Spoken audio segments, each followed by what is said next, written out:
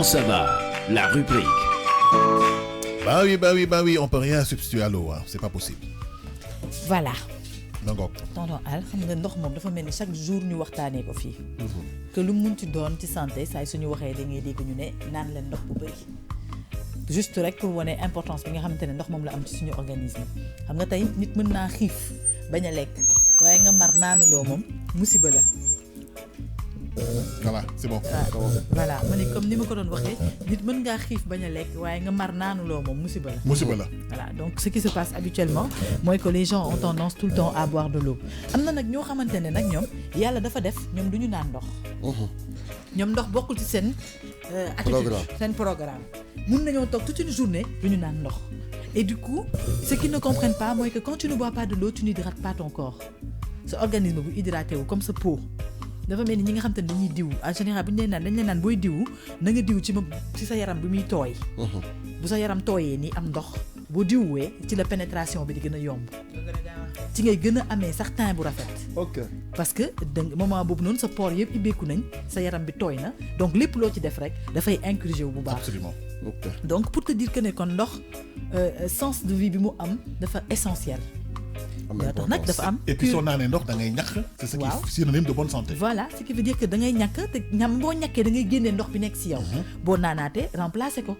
loolu moo waral da nga war di naan parce que tey am par exemple ñi nga xam te ne ñu am taux de graisse bu excessif ci seen organisme te si suñuy naan ndox bu bëri da ngay gis graisse boobu yëpp dafay détaché wu ndox bi day dindi graisse boobu yëpp.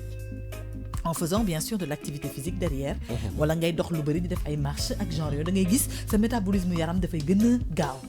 Et de ce fait day brûler graisse bi xam nga d'habitude dañuy naan pour nga brûler sa graisse foog nga daw def effort physique ak yooyu noonu. mais avec de l'eau seulement. moo gën a gaaw mën nga ndox bi day teggi graisse bi nekk ci sa yaram yëpp jàllale ko mu dem. moo tax c'est important nit di naan ndox boo seetloo parfois nit ci régime am da ngay dégg mu naan la man de defuma benn effort bu dul naan ndox. Je passe toute la journée à boire de l'eau moo tax du ma am yaram. Et c'est vrai c'est prouvé donc moo tax sax boo gisee am na par exemple chinois yi ñoom dañuy def ay cure d'eau yoo xamante ne dafay réguler seen deret réguler seen tension yi réguler seen taux de sucre bi ñuy am seen yaram réguler seen taux de graisse bi du ñu am problème bu cholestérol du ñu am problème bu diabète du ñu am yenn problème yooyu parce que dañuy def cure boo xamante ne ce n'est que de l'eau juste pour faire comprendre aux gens ndox ni mu amee valeur ajoutée après nag ndox ak ndoxam am na yenn ndox yoo xam te ne comme tout le monde sait parfois c'est des eaux qui sont un peu dañuy ànd ak ay substances yoo xam te ne baaxul moo tax ngay gis parfois nit ñi di def ay eau filtrée di naan ay eau filtrée à la place de certaines eaux par exemple boo demee Sénégal fii da ngay dem ci yenn zone yoo xam ne seen ndox dafa baax am zone yoo xam ne ndox bi baaxul par rapport ak ni muy yegsee au fait ci robinet yi donc boo seetloo sax am na ci yenn quartiers yoo xam te ne ñoom ñëpp ils ont des filtres à eau parce que ndox bi au fait ci nappe bi muy jógee baaxul voilà source bi baaxul quoi donc il faut nga filtrer ko pour nga mën ko naan sinon dafay ànd ak ay affaires yoo xamante ne mën na la créer ay problèmes donc c'est mieux de boire de l'eau purifiée d'habitude sax les médecins c'est ce qu'ils recommandent dafa mel ni tey xale boo nekkee en état dañ lay tere naan ndoxu robinet bi on te recommande plus nga naan eau filtrée wala eau minérale yi nga xamante ne voilà eau boo xamante ne da nga ko taaj def ci eau de javel wala ndox eau boo xamante ne da nga ko purifier xam nga voilà par ay solution de purification yoo xamante ne am na wala nga jël des eaux minérales yi nga xamante ne si tu as les moyens nga jënd ko di ko naan dafa mel ni xale yi booy defar seen biberon forcément on te demande de prendre de l'eau minérale eau minérale eau purifiée sinon nga dem baxal ndox bi à ébullition nga xamante ne dafay dem ba voilà lépp ba purifier boppam nga utiliser ko bu defal ko xale yi juste pour dire que ndox bi ñuy naan nii c'est une eau qui n'est pas forcément potable donc moo tax ñu koy éviter mais hormis loolu noonu pour aspect bi nga xamante ne mooy aspect curatif bi nga xamante ne ndox am na ko li ma doon citer sànq yëpp moo ci nekk rek ndox tànk yaa ngi koy naan am na yenn jàngoro yoo xamante ne du la dal tànk yaa ngi koy naan problème mu tension doo ko gaaw a am tànk yaa ngi koy naan problème gastrique doo ko am tànk yaa ngi koy naan doo am graisse ci sa yaram lépp lay dindi donc franchement muy benn affaire boo xamante ne accessible na ba pare looloo ci gën a neex ndox dafa yomb xam nga tey ndox du garab boo xam da ngay dem pharmacie jënd ji ko ñu jox la tarif du loo xamante ne par exemple da ngay dem wër ko ba sonn pour gis ko non seulement c'est très accessible ba pare c'est facile à consommer c'est-à-dire que mu sedd mu tàng tu le bois sans pour autant nga gàññi nga biiñ voilà benn goût la am et goût boobu noonu c'est toujours Inodore, incolore et sans saveur. palen yëpp accepté nañ ko franchement donc moo tax tout le temps bu ñuy wax waxu santé da ngay seetlu dañuy wax toujours prenez de l'eau buvez de l'eau parce que tout simplement ndox boobu noonu valeur bi mu am ci suñu organisme ñun sax mënuñu ko mesurer. Absolument. Voilà donc comme je disais par exemple chinois yi ñoom ils ont des cures yoo xam ne dañ koy def chaque jour comme li ñuy wax naan chaque fois boo yeewoo le matin da ngay jël benn litre d'eau nga naan ko à jeun. 1 litre d'eau nag quand on le dit ça fait tic dans la tête des gens mais c'est 1 litre d'eau quoi. bëriwul mooy maanaam il faut nga naan ko. nga ko naan en 30 da nga koy naan en 30 minutes wala moins sax des fois nga jolu rek mu jàll. man d'un trait laa koy def. dama ko da nga tàmm koy def d'un trait. dama ko tàmm. mais Voilà. boo koy doog a def da ngay def petit à petit Non, doo non. ñëw rek jëloo ndoo 1 litre d'eau loolu boo ko defee après rek non, ngay non, problème. non, En fait, jëlu 1 litre d'eau dépendre na ci nit ki. Nu mu am na ko nit mënee. ñoo xamante ne du première à la dernière fois ñoom bu ñu xasee ba tiim ndox dañuy naan. Des fois ñu romb sax quantité 1 litre bi sans s'en rendre compte. Ouais, parce que ils ont la facilité de boire am na ñoo xam ne dañu am problème mu naan en fait. ouais. ñoom ndox du jàll fii dafa am ñu mel noonu même lekk sax pour mu jàll fii c'est un problème am ñoom dañu mel ni genre dafa am luy bloqué lépp luy jàll ci seen put. Boisson moo leen gënal en fait. voilà ay boisson wala un truc pétillant boo xam ne dafay tijji seen je sais pas moi day jox benn sensation mais ndox am na ñoo xam ne mënuñu ko mais naankatu ndox dëgg 1 litre da koy naan comme fo. non man moom day franchement tiim rek mu dem. man moom benn si man moom ndox moom li ma sax en fait man dama am kii yaa ngi fàttaliku mooy suñ kaas yooyu ñu amoon là yu weñ demi-litre Waaw. la. demi-litre man bu ma dóoree benn dóor damay dóoraat beneen Ah oui? jeex waaw. donc mooy du coup mooy yi doon nekk si potu ndaay. waaye De xam toutes nga les li ma façons, pot ndaay waaw quand tu dis 1 litre d'eau, ça c'est 4 tasses de verre. 4 Ok. casses là, quoi. Casses 4 kii. verres là. Ok. Waaw, mooy def 1 litre d'eau. ok Parce ok. que boo jëlee par exemple benn verre nga naan. Xam nga 25 parfois ml. doo doyal. Nga jëlaat beneen naan. 1050. jëlaat beneen naan, tu te rends compte que tu bois déjà 1 litre Un d'eau litre, sans t'en ok. rendre compte. Après, ndax tu le fais d'un seul trait ou tu le fais au courant de la journée. Si attends. C'est là où il y a la différence Voilà. en fait. Voilà. Alors donc d'ailleurs ce qui est recommandé c'est de prendre 1 litre d'eau si possible le matin à jeun au réveil. Maanaam yeewu nga takk rek naanal 1 litre bul xaar leneen booy teg sa tànk booy teggi sa tànk ci lal bi rek jëlal butéelu ndox 1 litre nga naan ko waxuñu ndox bu sedd nag ndox bu ceet maanaam Ndox bu ceet. de l'eau voilà de l'eau ceet. loolu mooy premier conseil bi ñu joxe maanaam comme ni ma ko waxee léegi 1 litre d'eau mooy égal à 4 verres. Donc mën nga commencer par 2 verres su la neexee après bu la neexee nga continuer Yàggale yeneen 2 verres yi dans yeneen la deux. journée Ok. maanaam ci matinale bi noonu. Voilà à part loolu chaque repas pendant chaque repas dañuy tere naan ndox ci biir repas yi. loolu Ok. on l'interdit. ah ouais Il y a beaucoup de gens yoo xamante ne dañuy lekk di naan. que mooy sama papa kay Voilà. sama papa ndax lenn dinaa la ko wax booy lekk di naan ndox bi day jël place. place bi ndox bi di jënd moo gën a importante place bi nga xamante ne moom la lekk bi di jël.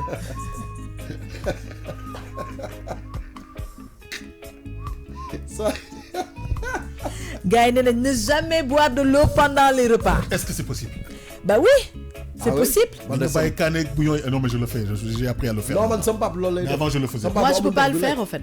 sama papa amul ndox du lekk Man mënuma ko man même ci ndekki lenn d'une chose laay def soit je mange le pain ba mu jeex ma doog a naan mais café ak meew bi wala ma jiital café ak meew bi après lekk pain bi ouais man noonu laay def mënuma booleendoo ñaari Ok. ah su ma boolee ñaari yaa xoolal damay lekk ba ci digg bi mu mel ni day def remonter damay gaaw a fees en fait damay am mel ni comme genre impression de remonter et damay suur ok. damay naan suur naa fekk suuruma fekk buñ ci nekk dafa jël place ba mujj bi fi nga xam te ne ñaari yëpp xajuñu dañ koy war a dugg nu ñu duggandooree noonu day mujj gaa teel a fees man na xam naka laa def damay lekk ba pare xaar 15-20 minutes ma soog a nga naan. doog a naan par exemple. Mais ça il faut vraiment. mais est-ce que du problème mu tàmm par exemple quelqu'un waaw comme moi tàmm la waaye quelqu'un Tàmm comme la. moi man bu ma lekkee nii ba pare automatiquement damay jël ndox bu yow am le surpoids. waaw c'est ça. waaw en fait Les gens qui ont, voilà. De toutes les façons, Certaines comme li ñuy Et puis wax même chaque comme jour je déjà, prends beaucoup d'eau c'est aussi, interdit, ça a toujours été interdit de manger et de boire de l'eau fraîche. Wax nañ ko ba sonn. Ah oui. Boo lekkee ba pare, tu ne dois même pas boire de l'eau mais est-ce que automatiquement. sa organisme aussi bu ko tàmmee depuis nga nekk xale Non, Baaxul. loolu la mais Baaxul. baaxul. C'est-à-dire qu'on a des mauvaises habitudes d'hygiène de vie yoo xamante ne baaxuñu. ok Après conséquences yi duñ ko xam parce que mën na bañ a réagir pendant des années mu xëy mu nekk li nga xam ne mooy nekk conséquence su benn feebar wala benn affaire boo xam ne day installé wu parce que ce n'est pas recommandé boo lekkee ba pare da nga war a may sa organisme temps pour mu wàccee lekk bi placer ko nga doog a mën a naan man ndox nag pour mu jàll. pour man nag ndox mi boo ko naanee day gën a taxal non muy gën a gaaw du demeewul noonu. daa mel ni ciment boo sotti day ndox gën a rek muy- feesal biir bi rek day gën a feesal biir bi léegi mooy kaawu ndox bu sedd bi ndox bu sedd gis nga ndox bu sedd li muy def ci biir naankatu ndox yi sedd yëpp dañu amee biir. non mais man maa ngi nii taw ba biir. waaw mais yow est-ce que ni ngay naanee ndox bu sedd ak ñoom bokk am na ñoom dañuy yëy glace toute la journée. ñoo xam te ne foo leen fekk seen gémmiñ ñi correct di dem di xoos neige yu frigo yeeg di def yu kenn xanam. mais nag yooyu gel yu faut pas abuser d'eau, il faut pas abuser ñooñu d'eau, en c'est général déplacé. dañuy am problème gel yu bu biir biir. yi ñoo koy def. non ban gel yu biir. gel yu biir ñoo koy non def. yow man gel de yu biir bàyyi yi ñoo ñu lekk neige glace de. en tout cas daal ndox bu sedd moom amul. nga naan ndox bu tàng sax mu ne dama ci xam ndax yoo xamoo si def. dama ci xam daal. nga naan ndox bu tiède sax juste après le repas c'est ça qui est plus recommandé. C'est ça qui est recommandé. bu fekkee ne tu ne peux pas boire de l'eau tiède juste après le repas xaaral benn 10 à 15 minutes nga naan ndox bu sedd mais mënuloo lekk lu tàng rek pare rek naan lu sedd c'est pas loolu possible. organisme baax loolu moom sa attaque sa biir facilement. Absolument. Voilà. Alors, comme je disais, 15 minutes après les repas, wala soit nga naan 15 minutes avant repas bi, wala nga naan 15 minutes après repas bi. loolu mooy recommandation yi nga xam te ne moom la ñu recommander daal maanaam pour mbirum naan ndox.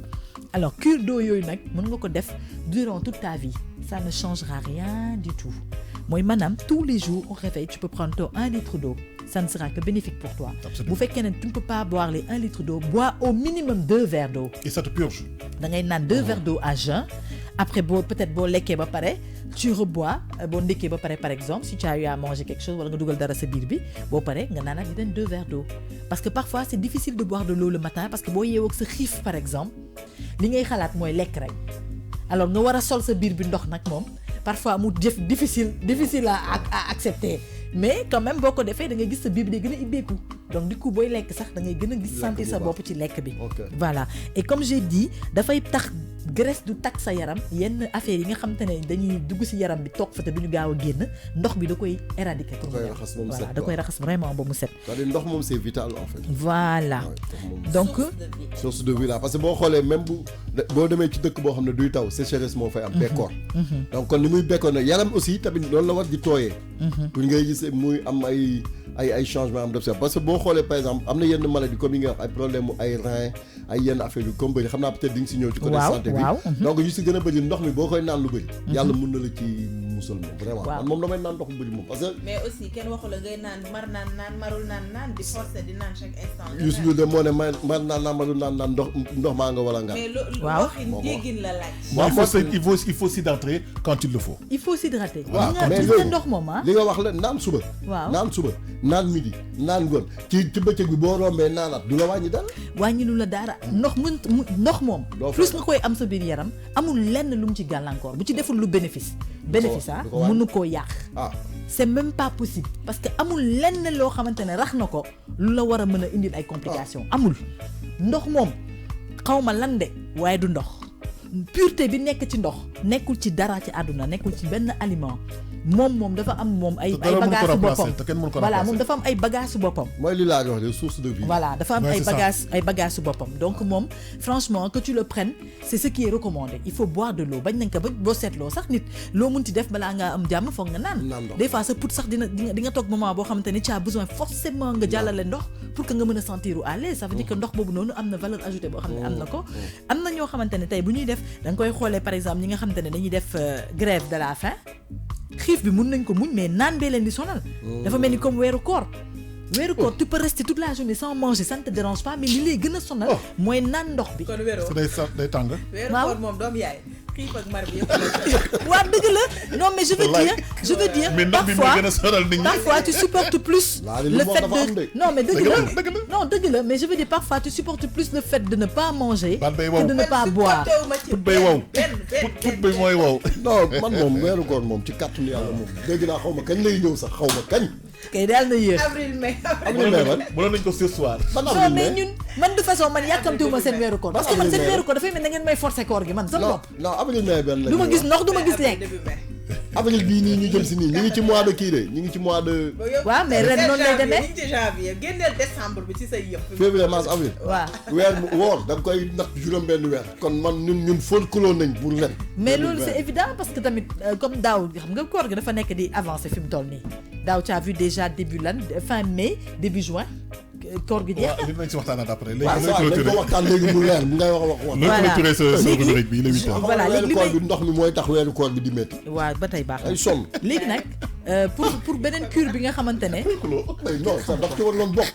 kenn loolu mooy wax léegi nag waaye est-ce que doole ma bàyyi ma yeggali Quand même, bàyyi leen ko mu sama def sama rubrique sama sama ndox mi moo dugg ci weeru koor bi de ñun dugg waaw ñu si maa woon ci dugg nag dëgg moo ci waaw dugg de waaw moo dugg te ñun dootuma ñëwewuñ ci ko duggati ah caa intérêt mais man vraiment Sénégal jaaxal nañ ma mais xiif la kenn mus ngaa gis ku ko tuddee doom yaa ngi mer avant ngay Seydina avant muy xam ñëw. nga ñun d'accord sax ñun même dañuy woor di jàmbat mais ñi nga xam ne duñu woor ba pare di mbubboo ne dañuy woor ñoo gën a garaaw moom c'est yeggali grave seen- waaw waaw li fii adduna bi adduna bi loo test, gis test, rek test, choix la test joué adduna bi waaw loo oui, gis rek choix la oh psst, joué waaw moo gën si yéen de damay joué, tontu de joué, dama leen di joué. tontu de baax na daal ñii di woor gaale nag kenn waxul seen wax dina joué wuy joué ma léegi nag cure bi nga xamante ne moom lañ leen di recommander tous les jours par exemple ñi nga xam ne dañu bëgg def perte de poids xam nga tey parfois nga jël ay kilos de plus nga am envie dindi ko par exemple si tu as pris 10 kilos de plus ou bien tu as envie de descendre 10 kilos par exemple ci sa yaram bi gën a simple hormis bien sûr le fait que nga war a réguler sa alimentation parce que loolu ci la bokk réguler alimentation mooy éviter di grignoter di lekk yu équilibré maanaam di ndékki heure bi war di añ heure bi war di reer heure bi wañ bañ di reer rek tëdd yooyu yëpp c'est des attitudes yoo xam ne lekk rek tëdd moom mooy li gën a gaaw pour maye yaram lekk rek tëdd loolu moom mooy rapidité extrême bi nga xam te ne yaram da koy def Ok. pour nga am yaram donc ce qui est recommandé vraiment mooy ndékki heure mooy heure u ndékki matin nga ndékki heure u añ midi 1h maximum 14h nga añ heure u reer 19h maximum 20h nga reer nga mën a bàyyi sa yaram mu dégager ak yooyu ay couchant yooyu yëpp ñuy wax sax c'est dangereux parce que effectivement da nga koy lekk ba pare nga dem tëddi moo tax ñu tuddee ko couchant looloo gën a bonate encore léegi nag par exemple ñi am 10 kilos on leur demande toute la journée à tout moment qu'ils en ont besoin non seulement bu ñu yeewoo le matin nañ naan 1 litre d'eau boobu noonu à jeun et courant journée bi dañuy laal demi verre demi verre d'eau dañ koy am habitude du naan mooy saay soo rombee ndox rek nga jël benn demi verre d'eau nga naan ça te permet de perdre mais au cours du temps tu peux perdre au minimum 10 kilos yoo xam te ne di nga ko mën a perdre ñi nga xam ne 15 à 20 kilos bu fekkee ne maruloo aussi est-ce que bu fekkee ne maruloo naan mën nga foo romb rek nga naan ndox mais aussi est-ce que c'est bien de forcer quand même mais kenn waxu la ko forcer laari c'est pas du forcing c'est une thérapie la dafa mel ni tey ñu jox la garab bëggoon naan garab bi non déglu rek dafa mel ni ñu jox la garab bëggoon naan garab bi mais ala kuli aali di nga ko naan parce que boo ko naanu lii doo wër laari da koy forcer kii duñ naan ndox mu bëri da koy forcer non sincèrement man moom damay wax rek te yàlla tax man je bois pas beaucoup d'eau Dégg nga. mën naa jënd 10 litres ndox dina am 15 jours wala 20 jours yoo xam ne ndox mi du jeex billaay chaque jour nga romb ko chaque jour ma romb ah ko gis nga loolu la benn yoon par jour Ndox. loolu mooy problème ndox de lenn de dinaa la ko wax naan ko sax day tax boo diwee sa yaram bi sax sa yaram bi gën a naay waaw. sa teint bi neex sa der bi nooy nepp waaw sa peau bi da koy sa der yaram dafay nooy comme éponge à force de boire beaucoup d'eau loolu moom dëgg la moom moo tax ñuy naan quand tu t'hydrates booy diwu ndox diw bi na ànd ak ndox pour que mu gën a mën a nooyal sa peau bi kon de à part de tey mar naan marul naan lu Youssou Ndour wax dina naan waaye de gis na du waxantu du waxantu non du waxantu gis nga lu mu wax c'est rek très important du waxantu donc ñi nga xam te ne dañu bëgg def cure de poids pour mën a wàññi au moins 10 kilos ci seen poids le matin 1 litre d'eau à jeun bu fekkee ne mënoo leen naan 1 litre bi jël leen 2 verres boo leen ndekkee ba pare ngeen jëlaat yeneen 2 verres mais def leen prenez une habitude où chaque 30 minutes ou chaque 1 heure chaque fois boo leen rombee benn possibilité ngeen naan naan. ndox rek ngeen jël demi verre si vous pouvez pas prendre un verre rek prenez un demi verre Tata Maïté, il y a aussi une chose fondamentale bi nga xam ne tu l'as souligné tout à l'heure parce que une cure c'est une cure Ouais. c'est qu'il faut faire attention à l'alimentation aussi Oui, non, moom laa wax c'est-à-dire que tey boire de l'eau n'exclut pas comme j'ai dit le fait d'avoir de bonnes attitudes d'hygiène de vie. Ah oui.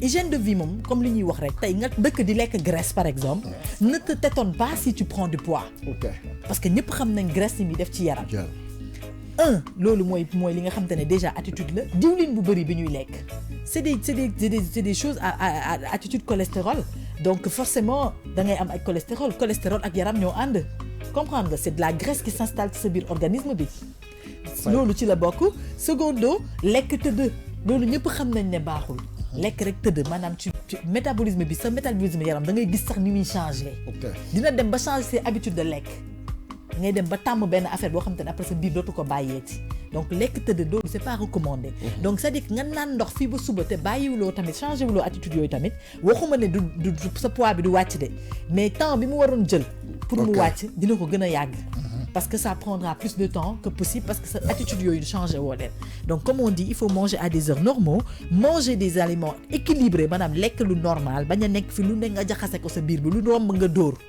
loolu moom tant que yaa ngi koy def moom di nga yéex a perte poids.